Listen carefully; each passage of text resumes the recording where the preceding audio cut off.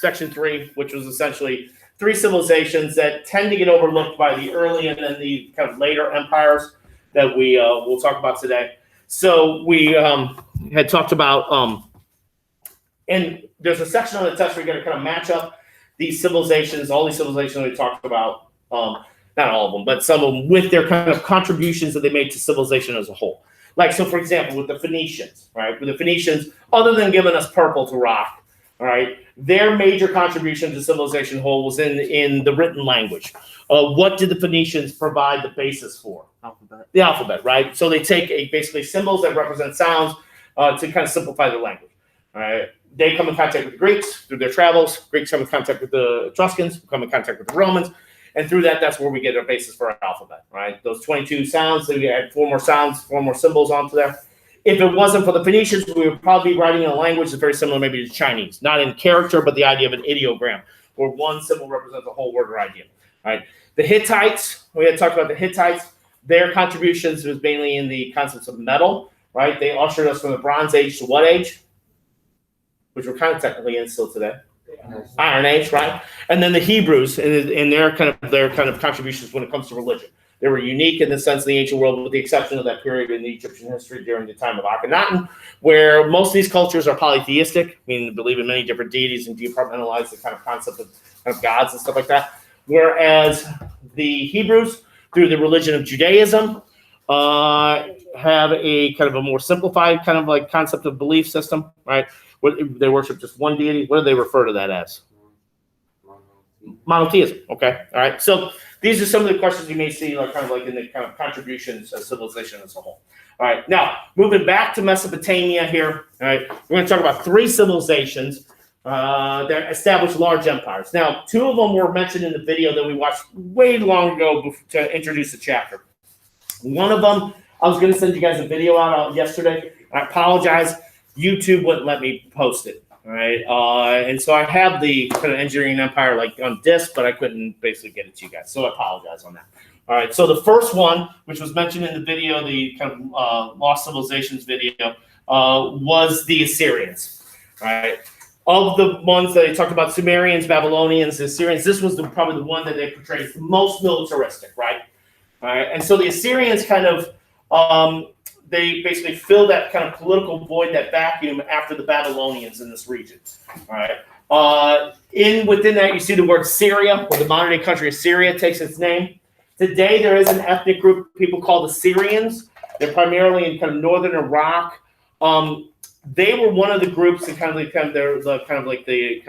minority groups that group ISIS that was in the news some years ago. The Islamic State was kind of particularly cruel to. Another group called the Yazidis, because mainly the Assyrians were Christians, all right, at this point.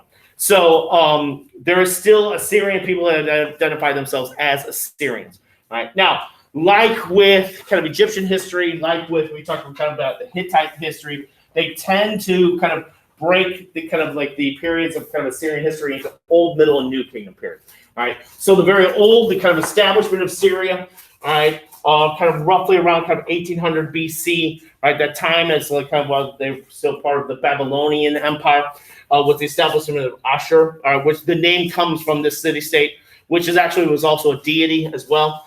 And then their kind of independence is kind of the Middle Kingdom period, and then the kind of height where they're an actual empire is the Neo or New Kingdom period, which is usually kind of 7th century BC down into 5th century BC, stretching all the way kind of from Mesopotamia all the way down to Egypt. When we talk about Egyptian history, the Assyrians assert control in Egypt between the 27th dynasty. That's the period where we see the Nubians of Kush, not that Kush, but a different Kush, and the emergence of the Persians here. All right. So the Assyrians, like I said, are essentially like the earlier Mesopotamian civilizations. They share a lot of things. They're urban, meaning they kind of establish cities. All right. There's multiple capitals during their period of history here within the 3 kingdom eras. The first capital where the name comes from is the city of Ashur, which was there right on the Tigris River. However, probably the most famous capital that's associated with Assyrians is the capital for much of the kind of New Kingdom period, the city of Nineveh, all right, which kind of replaces Babylon for a period there as the preeminent city. Nineveh was mentioned in the Bible. All right, that was the city that Jonah was going to before being swallowed by a whale.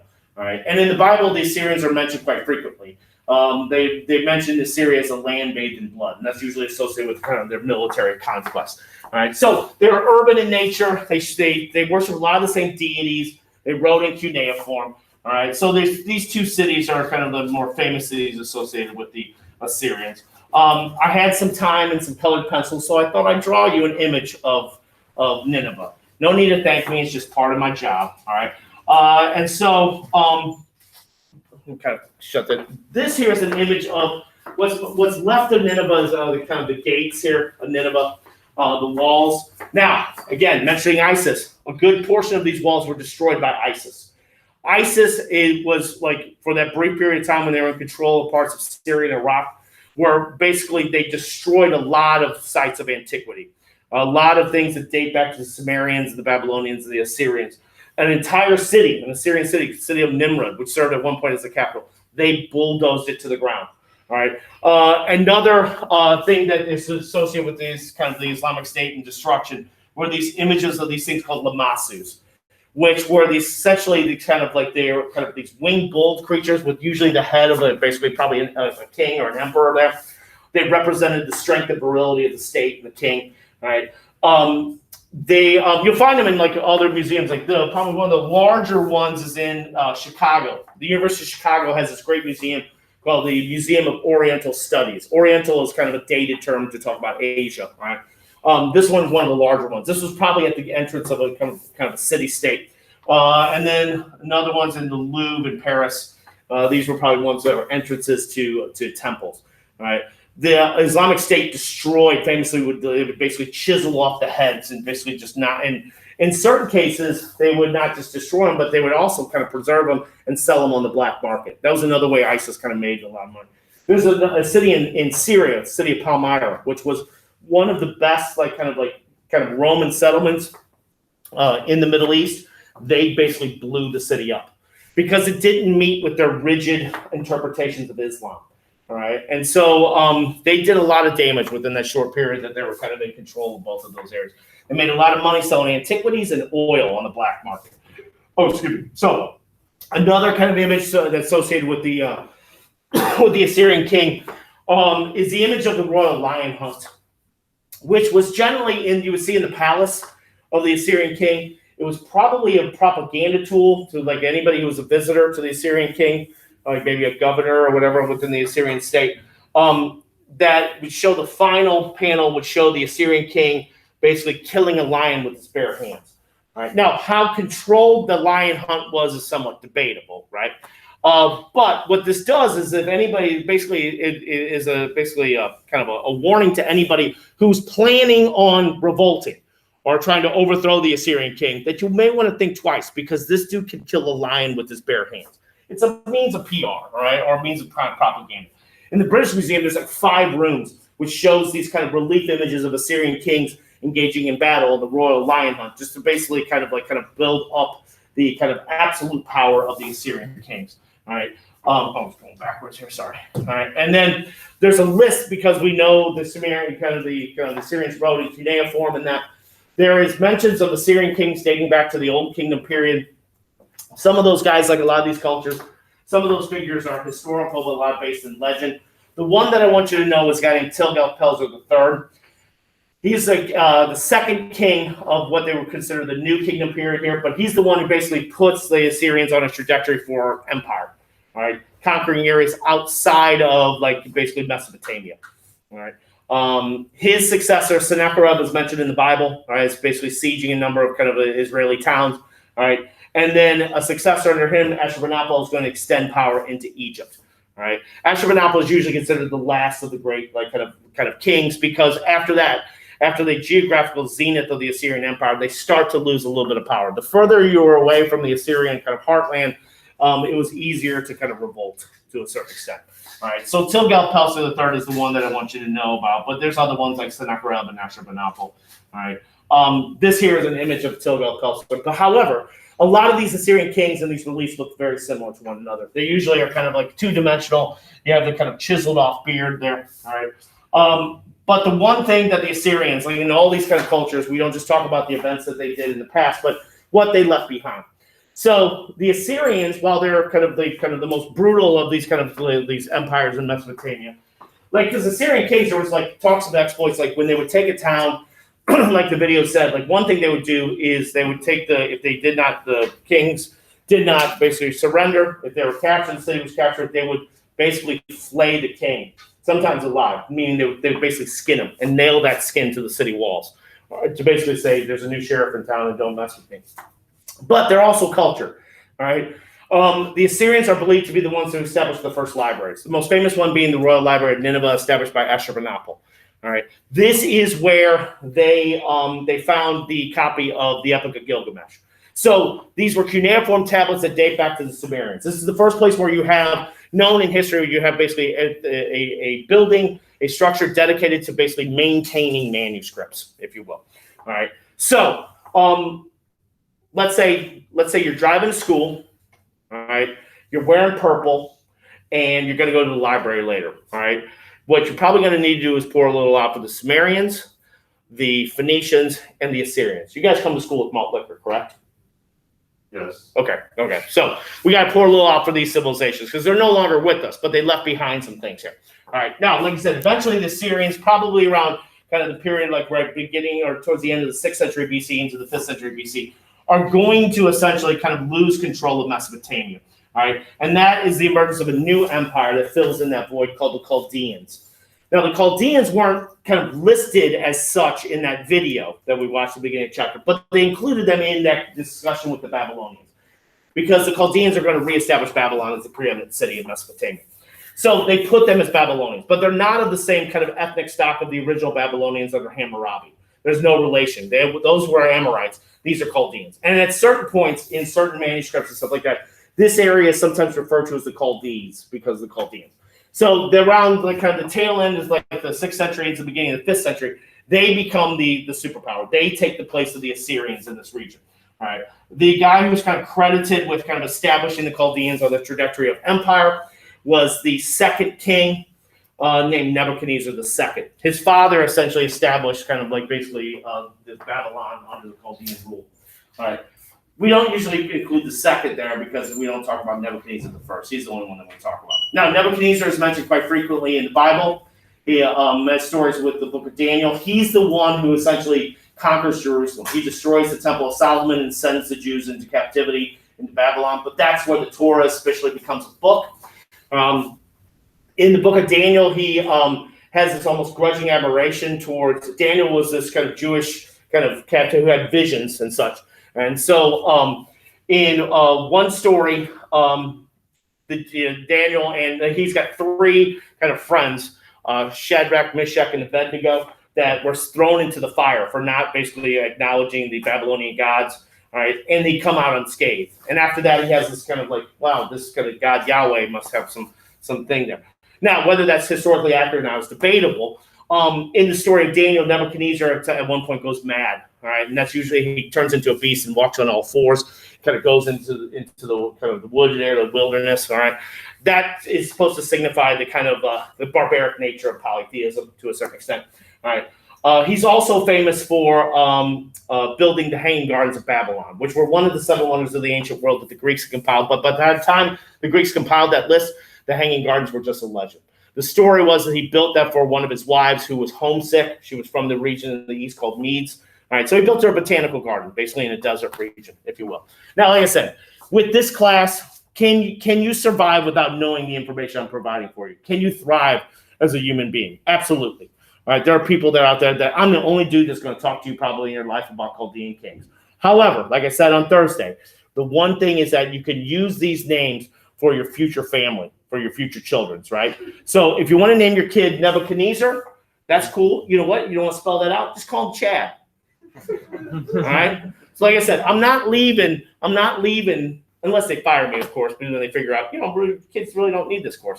But I'm not like retiring, I should say, if they get the opportunity, until the halls of Collinsville High School, Miguel, are filled with Ramses, Hatshepsuts, Suppiluliumas, right, Little Soup, and Nebuchadnezzars, aka Chad. All right. So keep that in mind. Nobody's going to mess with your kid if he's named after a Babylonian Chaldean king. They're just not. All right. That kid's taking lunch money all day, any day. All right. So this is most of our images, other than obviously the pyramids in Egypt, which are the only ones of the ancient 7 wonders of the ancient world standing, come from a kind of rendering from this Dutch artist.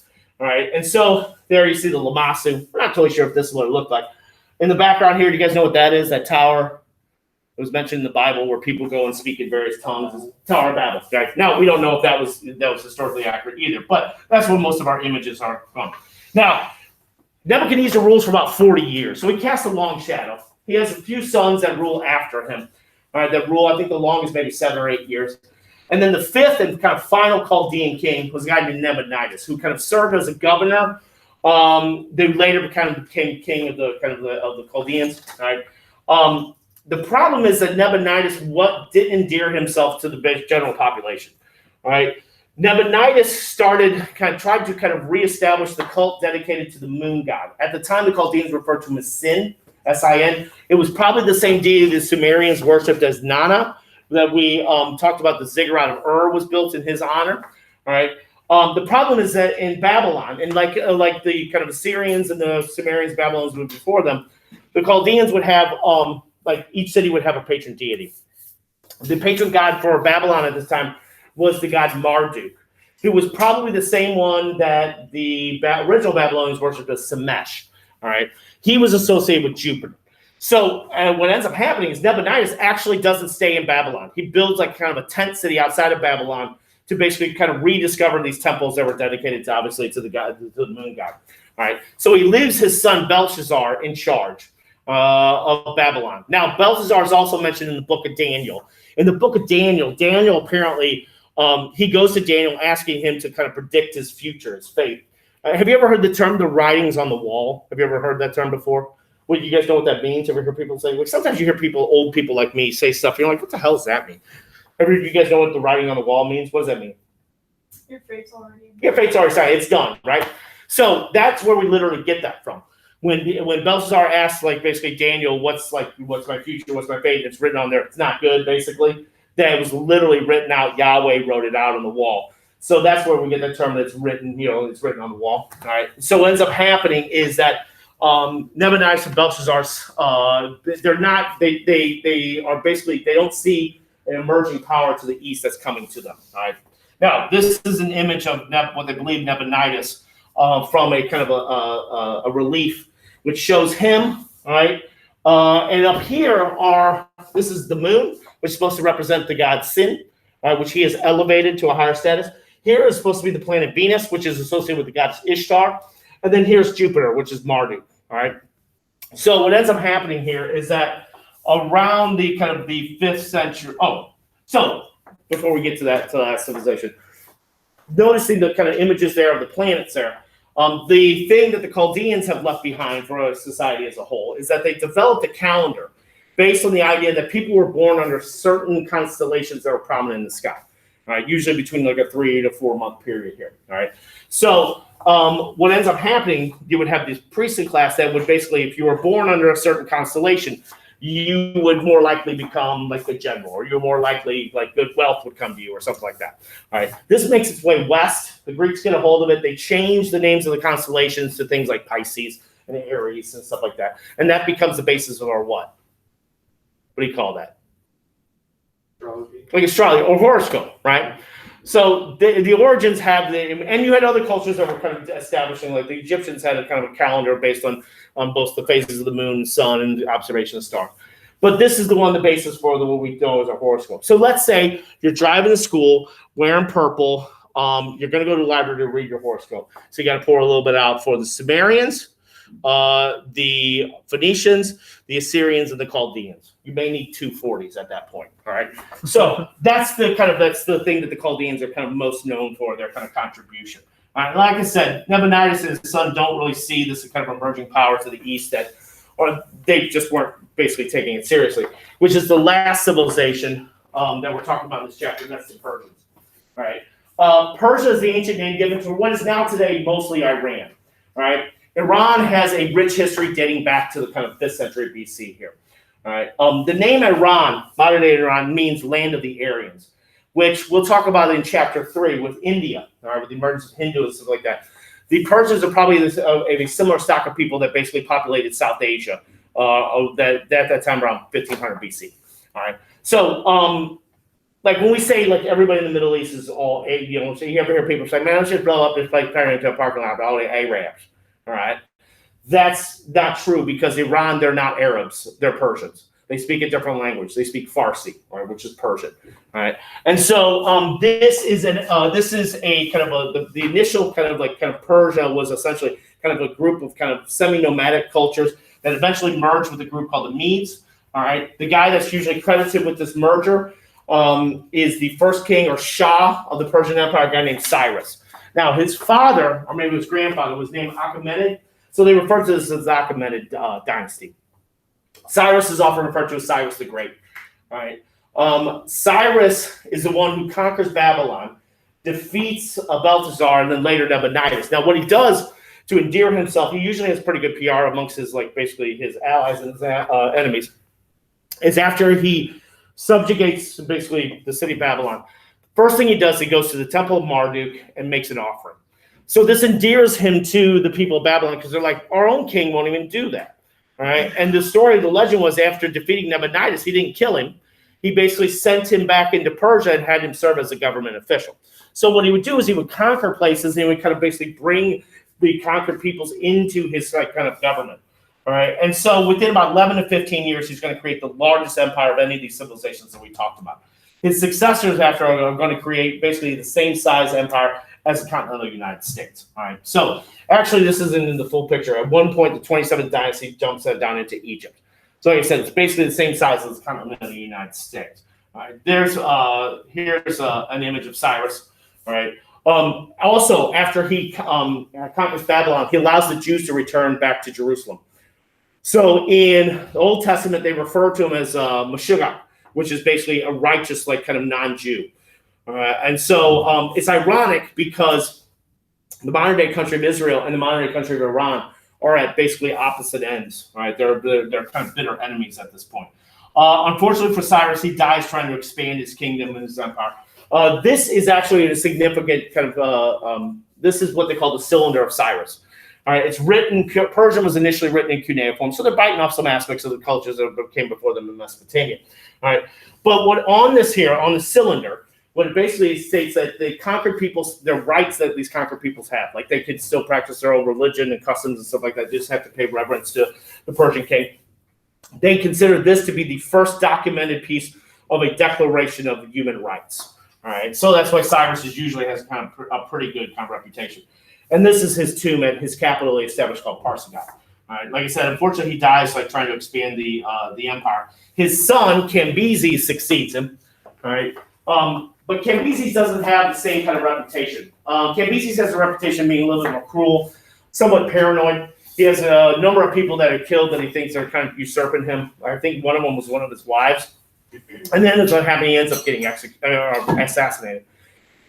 He does expand the empire though into Egypt, making it kind of geographically the kind of pretty basically large. All right, and so in Roman times there was a legend of a lost army of Cambyses that apparently had wandered the desert that was still like kind of around then.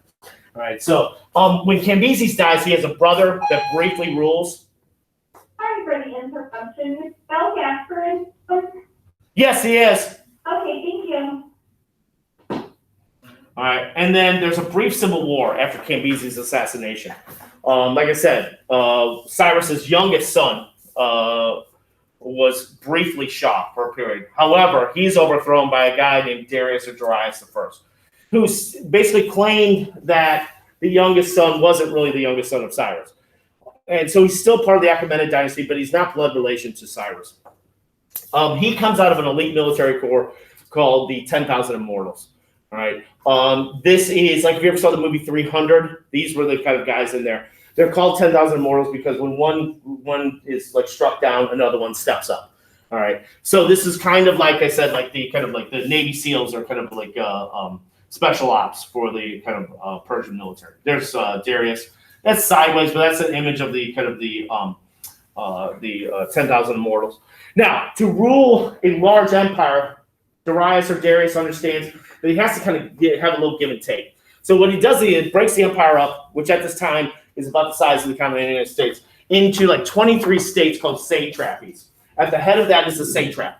All right, satraps was a position that was one that was particularly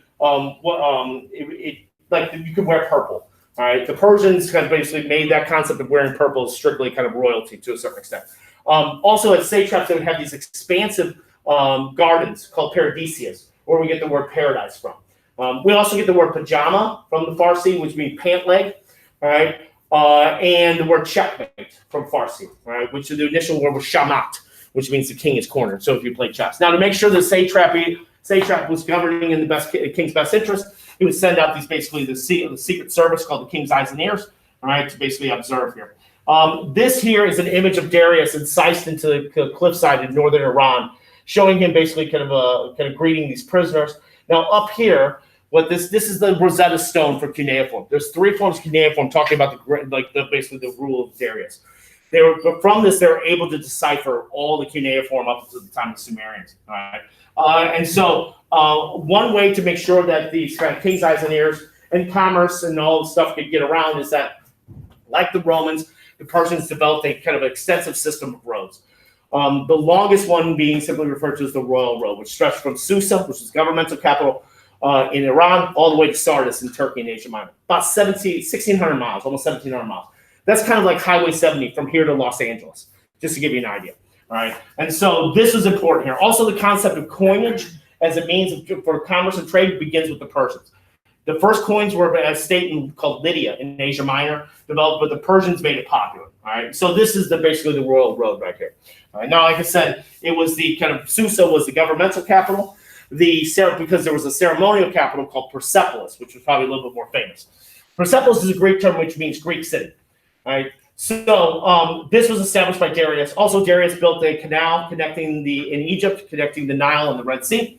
All right, Persepolis remained this major city, replacing kind of Nineveh and Babylon until Alexander the Great destroyed it. There was a major kind of audience hall called the Apadana that basically Darius would essentially kind of entertain guests. This is what's left of Persepolis and the Apadana Hall. Like I said, Alexander the Great destroyed it in his conquest. And then there's the Persians. Something unique about the Persians is in religion. Right? They're not co-opting the religions of the Sumerians, the Babylonians. They have their own religion. It's just almost like kind of monotheism called Zoroastrianism, which is still practiced today. It dates back to the time of Cyrus, but it was under Darius is when it was made official religion. All right, it's named after, and this is a Western term. It's named after the kind of main prophet, a guy named Zoroaster, who had these 7 visions and stuff like that. All right, and so the probably most famous Zoroastrian you may have heard of was Freddie Mercury, who was the lead singer of Queen. All right, his family was from India. The largest Zoroastrian population is India. They call them Parsis, which basically is like the Hindi term for Persians. All right, this is the name of Zoroastrian. And so one thing that allows for, while it's a small religion, to kind of still be practiced today, like we're talking about Judaism, it has a sacred text. All right, the Avesta, which is basically the Bible, which outlines within the Gathas, which is kind of poems and songs, which outlines the kind of the belief system. Now, a big thing about Zoroastrianism is this idea, there's a deity called Mazda, who's God of truth and life. Everything that's attributed to good things are created by him. All right, if you want to get to heaven, there's a concept of heaven and hell, and there's angels. There's a priestly class called the Magi. Where else have you heard the term Magi? The story of the birth of Jesus, the 3 wise men may have been Magi, may have been Zoroastrian priests. All right. So Ahura Mazda, if you want to follow like the path of Ahura Mazda, you'll gain entrance into heaven. If you follow the path of this deity named Ahriman, who is kind of associated with kind of like bad things, then you go to a place called hell, essentially. All right. And so this is like, again, this is a small kind of religion, but it has its origins in ancient Persia here. Also, too, the Persians had the Persians and Zoroastrian had a interesting kind of burial rituals. In Zoroastrianism, it was you weren't supposed to corrupt the air, the water, the soil, stuff like that. So instead of burying and cremating their dead, they would put them in these what they call towers of silence. There was basically almost like looked like these little stadiums where they would leave the person who had died. They would leave them out to the elements, so they would be picked at by birds of prey like vultures and stuff like that.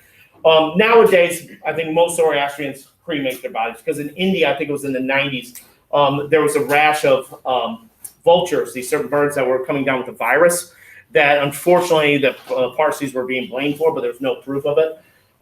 So a lot of them now are allowed this stipulation where they can cremate. But you'll see in Iran, the kind of plateau, they're not used, but there's these tower silence that date back to like the 6th century BC. All right, okay. So I'm done with that. On Thursday, we are going to review. Do you practice?